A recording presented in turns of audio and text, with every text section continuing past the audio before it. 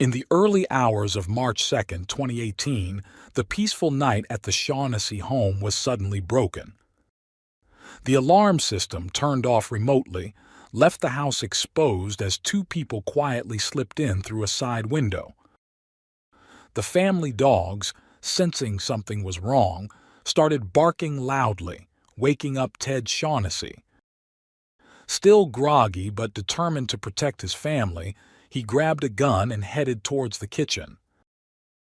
But before he could fully understand what was happening, a figure appeared from the shadows and gunshots rang out through the house.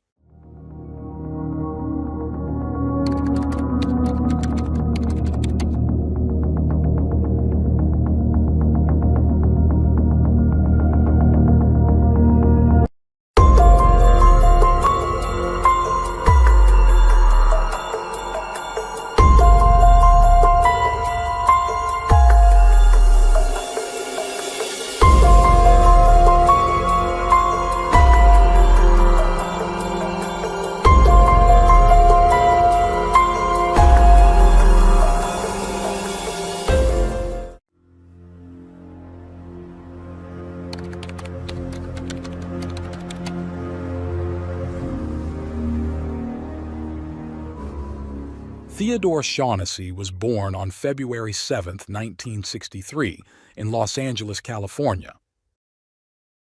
He was one of three children born to Teresa and David Shaughnessy, with his brothers Thomas and Timothy completing the family. Although not much is known about Theodore's early years, it's widely recognized that even as a teenager, he was known for being kind, caring, and easy to talk to on almost any topic. He had a deep concern for the well-being of his loved ones. After finishing high school, Theodore became interested in the booming gem and jewelry business in California.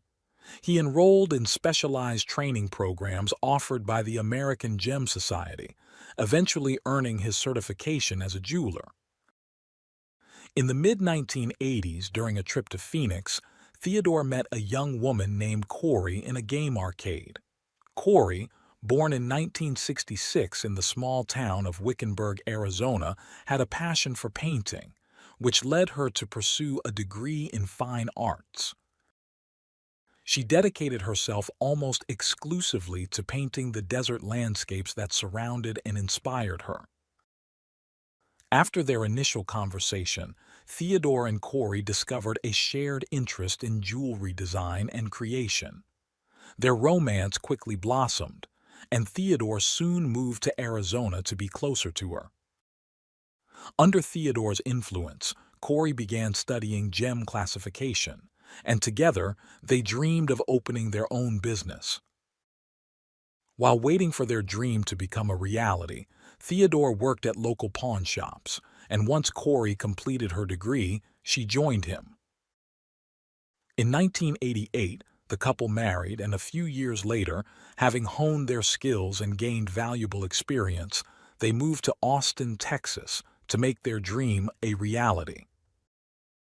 In 1995, the couple finally opened their own jewelry store. Theodore's dedication and passion were evident in every aspect of his work, whether he was on the hunt for precious stones or helping customers find the perfect piece.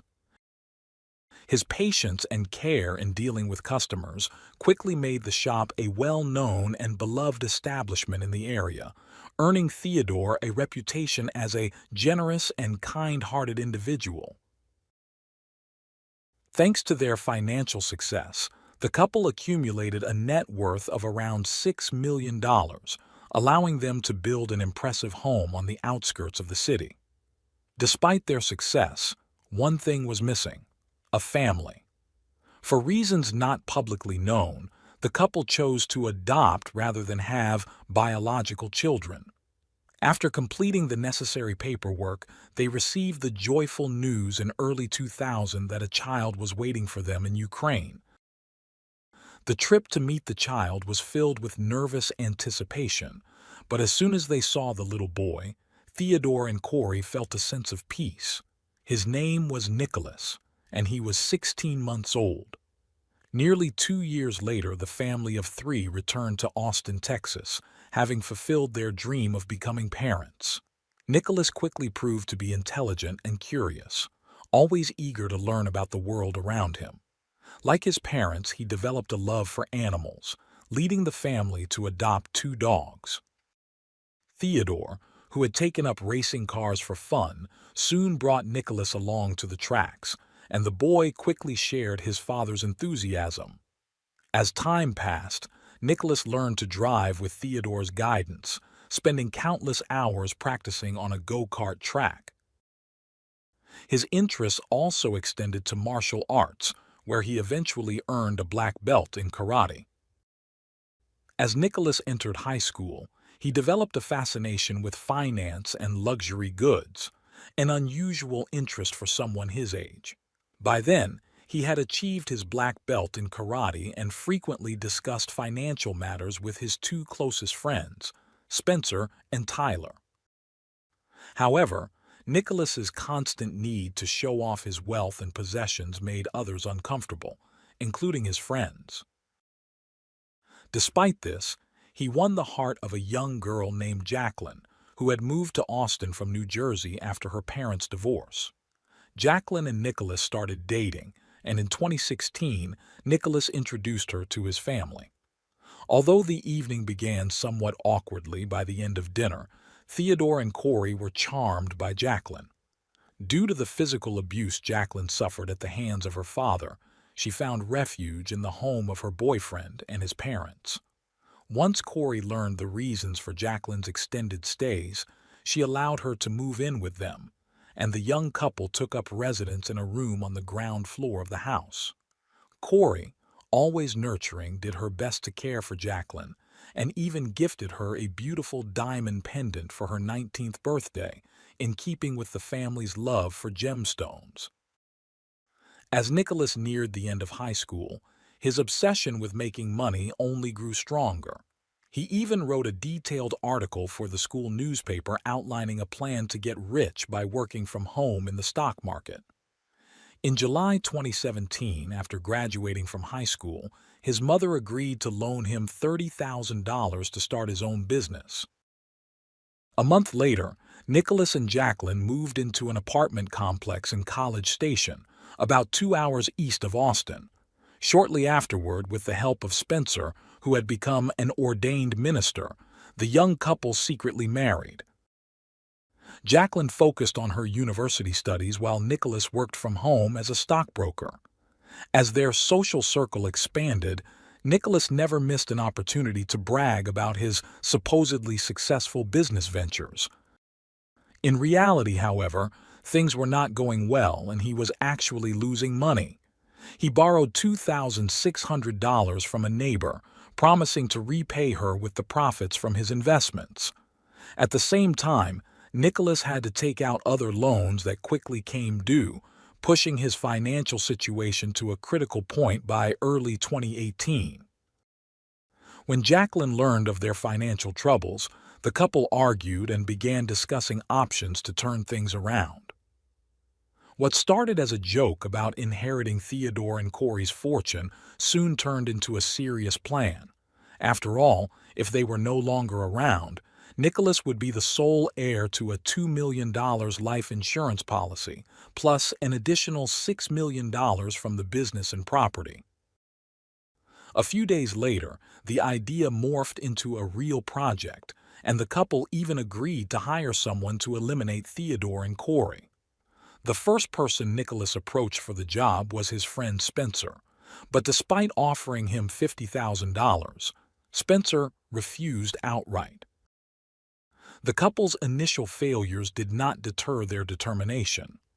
On the contrary, by mid-February 2018, Nicholas turned to social media to continue his search for someone willing to carry out their dark plan. He contacted a woman who worked at the complex where he lived, offering her extra money. When she inquired about the nature of the work, he proposed that she kill 2 people in exchange for $20,000 per victim. The woman never responded again, and like the neighbor who had loaned him money, Her identity has remained undisclosed for safety reasons. Nicholas faced similar rejection from a third individual he approached with the offer. Unwilling to give up, on Friday, February 23, 2018, he visited a local bar and struck up a conversation with Johnny Leon, a 21-year-old with a criminal record for drug offenses.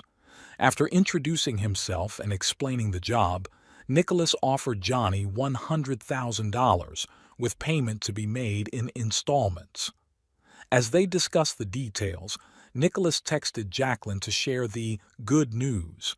When she asked about the cost, he brushed off her concerns. That night, Johnny and Nicholas agreed to meet later at Nicholas's house to finalize the plan. On Monday, February 26, 2018, Corey called her son to ask why he had not yet repaid the loan she had given him. The uncomfortable conversation quickly escalated into an argument, leaving Nicholas feeling even more pressured to achieve his goal. On the morning of Wednesday, February 28, 2018, before meeting with Nicholas, Johnny invited his friend Cameron Bosmek, who worked at a local company, to help with what he described as a moving job. Cameron, unsuspecting of anything nefarious, agreed. When Cameron and Johnny arrived at Nicholas's home, they were caught on the security cameras. Once inside, Nicholas revealed the true nature of the plan. He explained that he would deactivate the security alarm remotely from his phone to allow them access to his parents' home. They were to enter through a window in one of the rooms, where they would find a gun in a drawer. Nicholas offered Cameron $10,000 payable in 3 installments, but as soon as the words were out of his mouth, Cameron walked out, refusing to be part of the plan. Later that day, back home with his family, Cameron confided in his wife about the unsettling incident. Meanwhile, left alone with Johnny, Nicholas offered to accompany him on the mission. That night, they drove to Austin, but after several hours, Nicholas realized he couldn't go through with it, and they returned to College Station. The following day, Johnny introduced Nicholas to Ariane Smith, a 23-year-old who had recently been released from prison after serving time for drug-related offenses. Despite his criminal past, Ariane was willing to join the plan. Nicholas laid out the details again, and they agreed to carry out the attack on March 2, 2018. On Thursday, March 1, 2018, Theodore and Corey finished their usual workday at the jewelry store. After dinner, they went to bed as usual. Meanwhile, Johnny and Ariane exchanged numerous messages, preparing for the task ahead. They met up and drove to Austin, arriving at around 4:30 a.m. Once Nicholas remotely deactivated the alarms, the two intruders entered the house. Following Nicholas's instructions, Ariane retrieved the gun from the designated drawer. However, the family dogs, alerted by the intruders' movements, began barking, waking Theodore and Corey. Still groggy from sleep, Theodore grabbed a gun and headed to the kitchen. Ariane, reacting quickly, fired several shots, hitting Theodore and causing him to collapse. In the chaos, one of the intruders also shot one of the family dogs. The noise from the gunfire prompted Corey to grab her gun. She positioned herself in the doorway of the bedroom and fired down the hallway, determined to defend her home, even though she couldn't see the intruders. Her actions, though they didn't injure the attackers, were enough to scare them off. They fled the scene, leaving Corey to take refuge in a closet where she called emergency services. It was nearly 5 a.m. when the police arrived, delayed because they initially went to the wrong address. During those agonizing minutes, Corey remained on the line with the 911 operator. When the operator finally instructed her to leave the closet and open the door for the officers, both Corey and the police were confronted with the horrific aftermath of the attack on Theodore. He was pronounced dead at 5:14 a.m., and through tears, Corey called her son to inform him of what had happened. As Nicholas and Jacqueline began their drive to Austin, the medical examiner determined that Theodore had died from multiple gunshot wounds. Meanwhile, the detectives initiated the investigation. What struck the detectives the most was the sheer number of bullet holes, both in the walls and scattered across the floor. They were able to reconstruct the attack with precision. Additionally, since only a side window was slightly ajar, they concluded that the intruders had likely used that window as their point of entry. Corey informed them that the window led to her son's former bedroom, prompting the detectives to search the room. In a dresser, they found an empty gun case. Immediately, they wondered if the missing gun had been used in the attack. Corey reported that nothing else was missing from the house and that she hadn't seen the intruders' faces. However, she suspected they knew about her and her husband's line of work. When Nicholas and Jacqueline arrived in Austin around 8 a.m., the detectives noticed Nicholas's unusual lack of concern.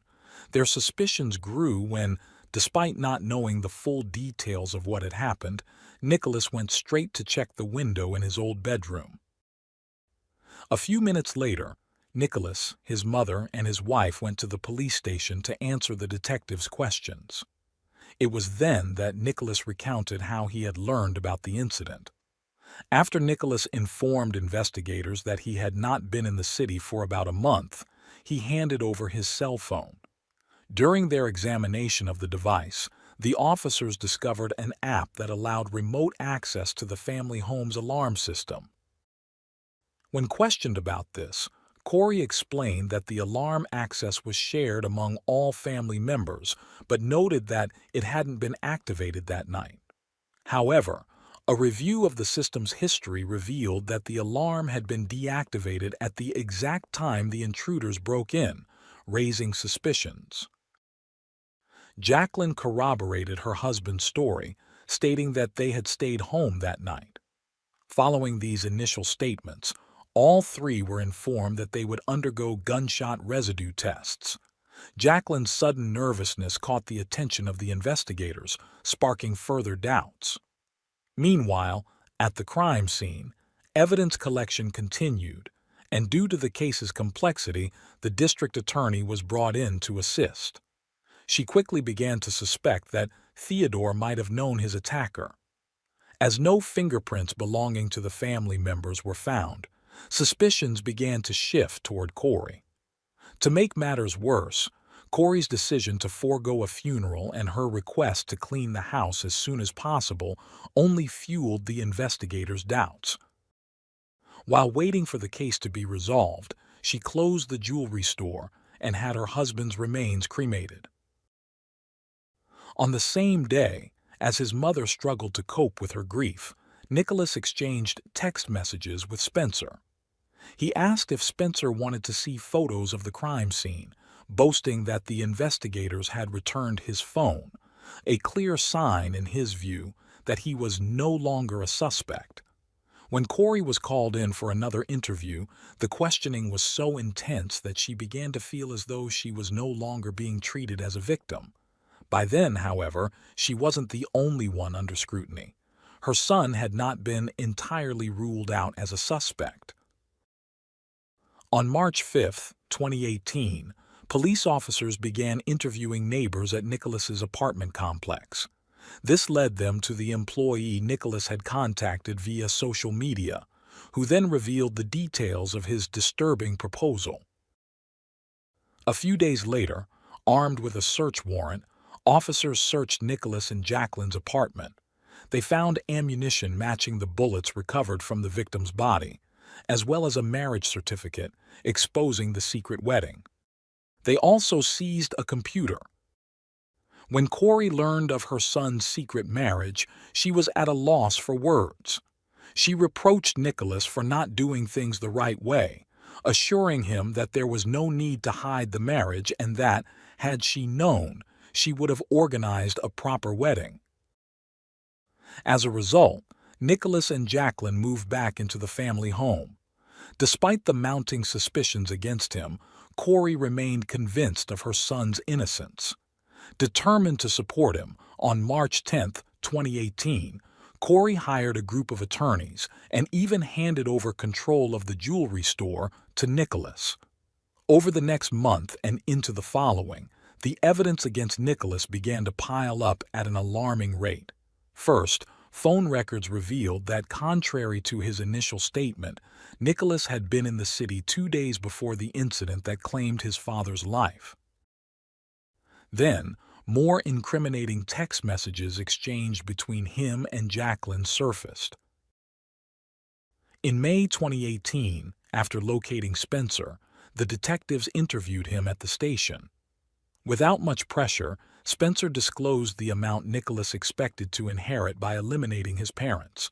He also provided text messages to support his claims, which cleared him of any suspicion. By the end of that month, Nicholas and Jacqueline were arrested.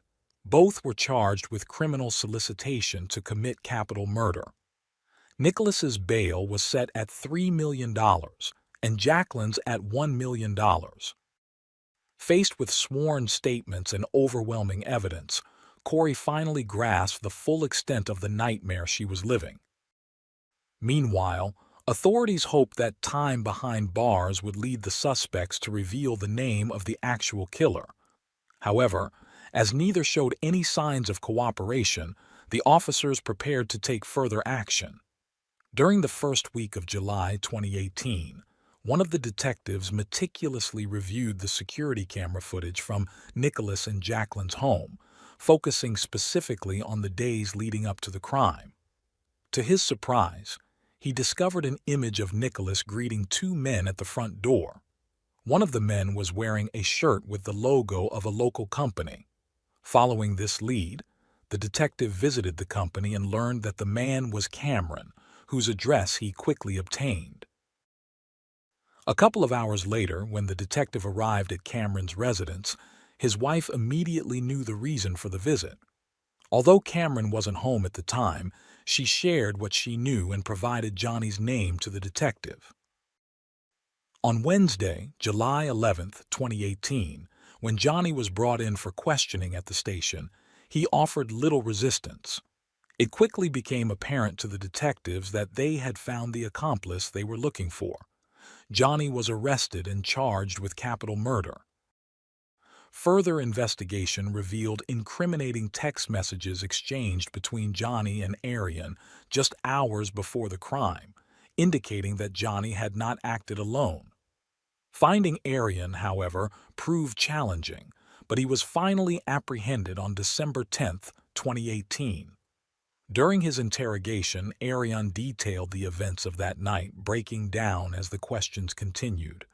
He expressed remorse for the tragedy his actions had caused and eventually admitted to being the one who fired the shot that killed Theodore. He also directed the detectives to where they could find the missing weapon, which turned out to be one of Nicholas's guns.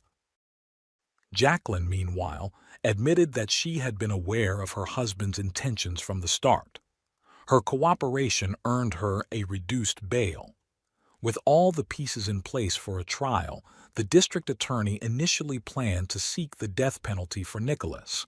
However, in the spring of 2021, the district attorney left her position, and her successor quickly offered plea deals to the three defendants. The deal allowed them to plead guilty to a reduced charge of murder in exchange for a 35-year sentence with the possibility of parole. In the end, all three accepted the offer. Jacqueline, who by that time was divorced, also agreed to plead guilty to attempted solicitation of capital murder, hoping for a more lenient sentence. In a virtual hearing held on April 7, 2021, the judge sentenced Nicholas and Arian to 35 years in prison. A week later, Johnny Leon received an identical sentence for the same crime. On June 20, 2023, Jacqueline was sentenced to 4 months in jail, 10 years of probation, and 300 hours of community service. Additionally, her passport was revoked, and she was prohibited from leaving the state of Texas without first informing her probation officers. As part of her sentence, The court ordered that Jacqueline serve 2 days in jail every year on the anniversary of Theodore's death. Corey, unable to attend the hearing, recorded a message that was played in court at the end of the session as her victim impact statement. In later interviews, Corey reflected on how Nicholas and Jacqueline had shattered a part of her world, taking away what she loved most. With remarkable strength, she set out to overcome the cruel loss of her husband and the devastating betrayal by her son, with whom she never spoke again.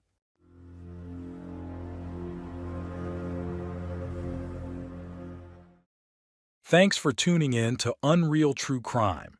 If you're intrigued by mysteries from around the world, check out our new channel, Latin Crimes, where we dive into the gripping true crime stories of Latin America.